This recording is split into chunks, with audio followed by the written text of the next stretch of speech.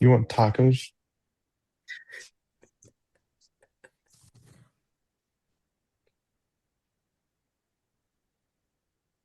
Okay, group Could you go to the work. intro slide? Yeah, Here yeah, we sweet. go. Yeah, my name is Hayden Waller. This is the intro. Have you ever been put into a group and just instantly know how it was going to go? Like either everyone actually works together and gets the job done, or it turns into one person doing everything while everyone else just sits there. Most of us have been in both of these kinds of groups, and honestly, they can make a huge difference in how much work gets done. Small groups are something we deal with all the time, whether it's school projects, sports teams, or just hanging out with friends. But just being in a group doesn't mean it's going to work well. There are different roles people take on, certain things that make a group actually effective. And communication plays a big part in whether things run smoothly or not. And of course, groups always have issues, like people not doing their part, disagreements, or just not being organized. So if groups are such a big part of our lives, it's important to understand how they actually work. Today, we're going to talk about the roles in the small groups, what makes an effective group, why communication matters, some common problems they face, how decisions get made, and the different types of small groups. That's all. Hi, this is Kennedy, and I'm going to talk about the roles within small groups. These roles are important because they allow group members to contribute in different ways based on their strengths and their personalities. Without clear roles, groups can become disorganized and it may be harder to complete tasks successfully. Group roles are usually divided into three categories: task roles, social roles, and individual roles. Task roles focus on helping the group complete its work and accomplish its goals. For example, there's an initiator, and this is someone who introduces new ideas, goals, or plans for the group to consider. This person often helps get the group started and keeps discussions moving forward. A recorder, they keep track of important notes, decisions, and progress so the group stays organized. A coordinator helps divide responsibilities and makes sure everyone knows what they are supposed to do. An evaluator looks carefully at different ideas and gives feedback about which ideas are the most useful or practical. These task roles are important because they help the group stay focused and productive. Social roles are also important because they help the group maintain positive relationships and meet emotional needs. A harmonizer works to reduce conflict and keep peace when group members disagree. This role is important because disagreements can sometimes hurt group communication. A gatekeeper makes sure everyone has a chance to speak, especially quieter group members who may not always share their opinions. A process observer pays attention to how the group is functioning and may point out if communication is poor or if the group is not working well together. A supporter encourages other members, compliments their ideas, and helps create a positive environment. These social roles help group members feel respected, included, and motivated. However, not all group roles are helpful. Some people take on individual roles that focus more on their own needs rather than the needs of the group. For example, there's a blocker who may constantly disagree with ideas or prevent the group from making decisions, an aggressor who can criticize, insult, or threaten others, which can make group members uncomfortable and less willing to participate. A status seeker may try to get attention by bragging about their abilities or acting like they're more important than everybody else. These individual roles can damage teamwork and create tension within the group. Overall, understanding group roles is important because every role affects how successful and productive a group can be. Positive task and social roles help groups stay organized, communicate effectively, and build strong relationships. On the other hand, negative individual roles can create conflict and slow down progress. When group members understand these roles, they can work together more efficiently and create a stronger, more successful group.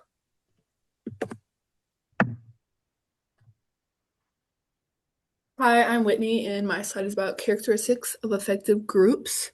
Um, so there's a lot of characteristics about effective groups, like clear goals, everyone has a job, good communication, responsibility, teamwork, solving problems together, and trust each other. There are also ones like accountability, where each member follows through on their task and the group has ways to check progress. When accountability is shared, the workload stays balanced and trust builds. Strong leadership. This doesn't mean one person dominates, and it doesn't mean there are just someone who's taking control of everything. It can mean several people help keep things organized and keep conflict to a minimal. and keeps the group focused.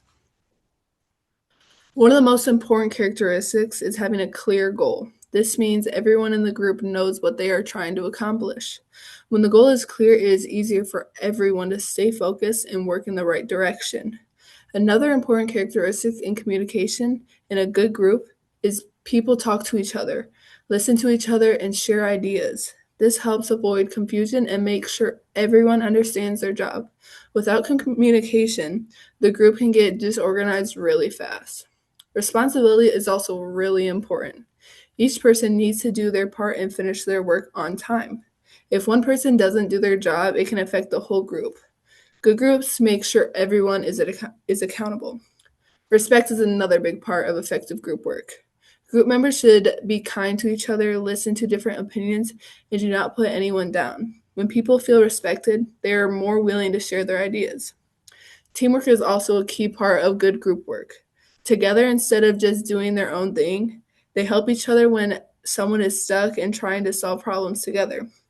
Lastly, good groups stay organized and stay on task. They manage their time well and don't get distracted. This helps them finish their work fast and do a better job.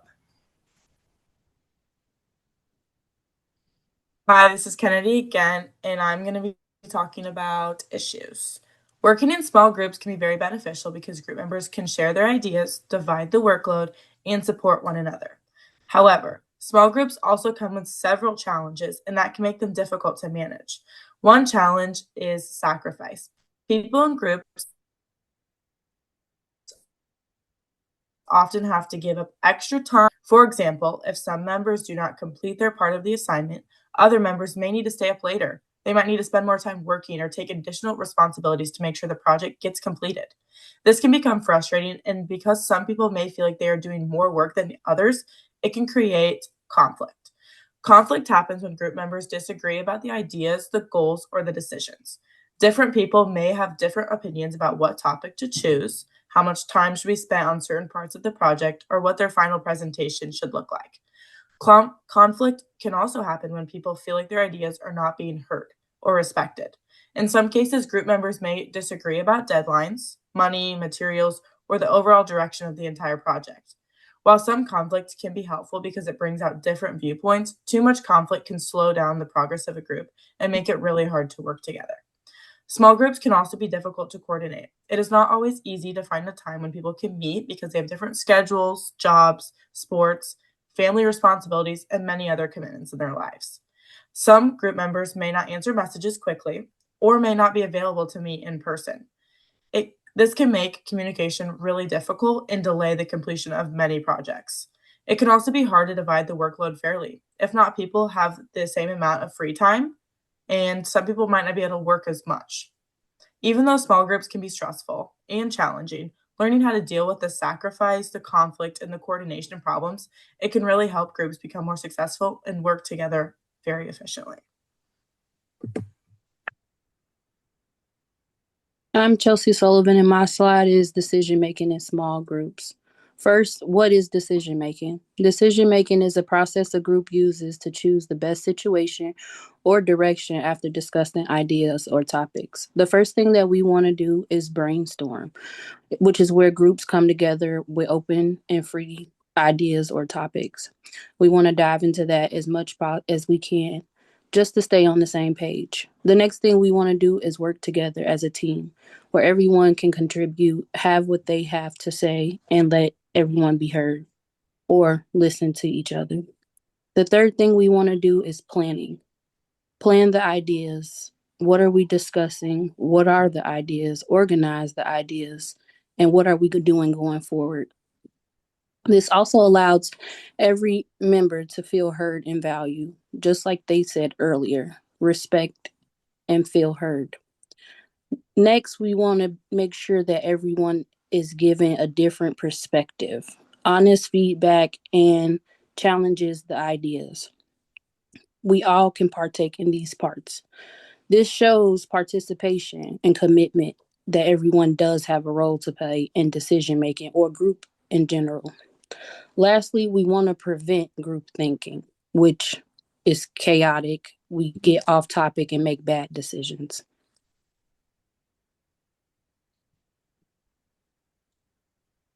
Hi, Whitney again with my final slide of importance of communication in group work. Um, Communication is very important when it comes to working in groups, small groups, any kinds of groups. It helps everyone understand what they're supposed to do. When people talk and listen to each other, they can share ideas and make better decisions in a group. This is really important because if no one communicates, things are going to get confusing, messy, maybe move a little too fast. People might not know their No. jobs or what they might have to do, and people might be doing the same work when they're supposed to be doing something else by accident. Good communication also helps prevent mistakes. When everyone is clear about what's going on, the group can stay organized and on track. It also makes solving problems easier because people can talk things out instead of getting stuck. For example, if someone doesn't understand something, they can just ask one of their group members instead of guessing and getting something wrong. Another reason communication is important is because it helps people feel included and respected. When everyone gets a chance to speak and be heard, it builds trust in the group. This makes people more comfortable in sharing their ideas and what they think would be best for the group, which can make the project even better.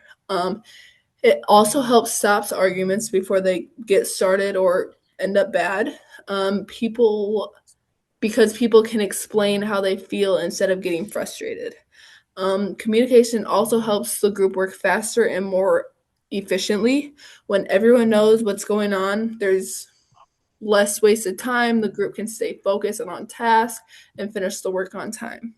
Overall, communication is one of the most important parts of working in groups. Without it, things can fall apart, but with it, groups can be successful and work well together and get things done.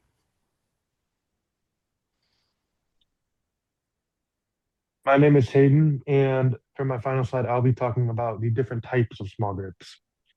When most people hear group work, they usually think about school projects, normally not in a good way.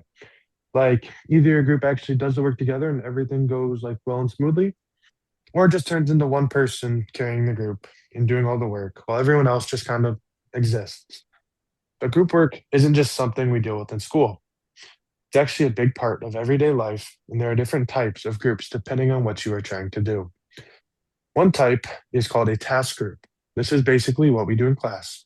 These groups are made to get something done, like a project or assignment or speech. Usually, everyone has a role, and the main goal is to just finish the work.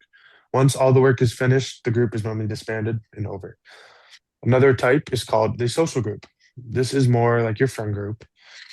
You're not you're not really there to complete a task. You're just there to hang out, have fun, live your life, make friends, and be around people you like. Even though it's not about the work, social groups are still very important because they help you build connections you feel help you ma- help you build connections and make you feel like you belong. They're also very important because they can lead you on to many other things later down the road, like lifelong friends, a spouse. Then there are support groups, which are a little bit more serious. These are groups where people come together to help each other out throughout something like stress, personal problems. People in these groups talk about what they're going through and support each other. Sometimes people like share common things that are bothering them in life. And then that will like hearing someone else has the same issue helps out a lot of the time with getting like through it. Even though it's not about the work. Oh wait, hold up. Sorry, that's the wrong one.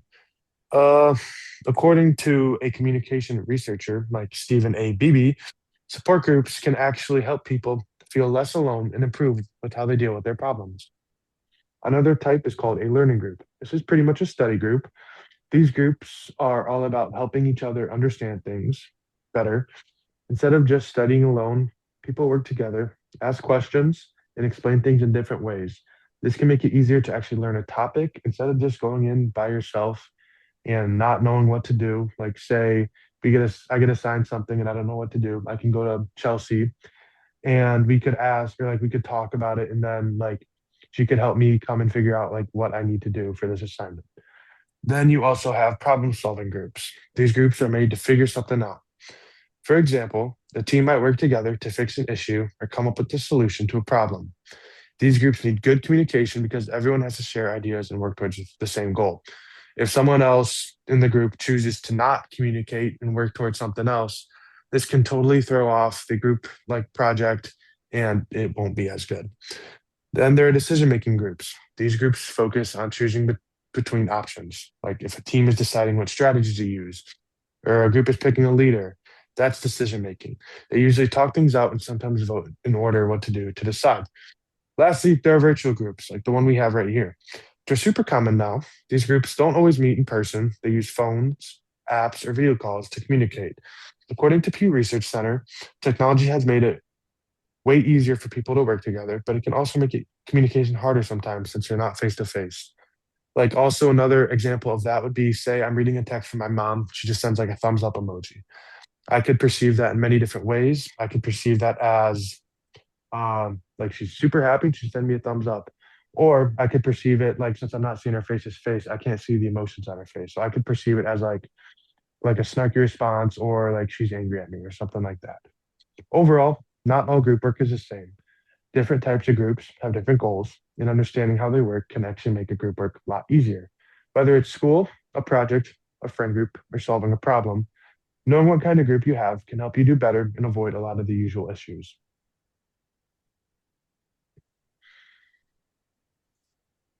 Chelsea Sullivan here with the final slide of conclusion. Um, Truth is, group thinking could either be incredibly powerful or incredibly frustrating. Understanding how small groups function is essential to achieving success in any setting. Each member plays an important role, whether it's leading, supporting, or contributing ideas. Those roles help the group stay organized and productive. When groups communicate openly, respect each other's roles, and carefully evaluate the choices, they are more likely to succeed. Small groups face many challenges, but they can turn those challenges into opportunities with great communication for growth. Finally, roles, communication, and group structure all matter. A group isn't successful just because people show up. It's successful because people think, contribute, and decide as one.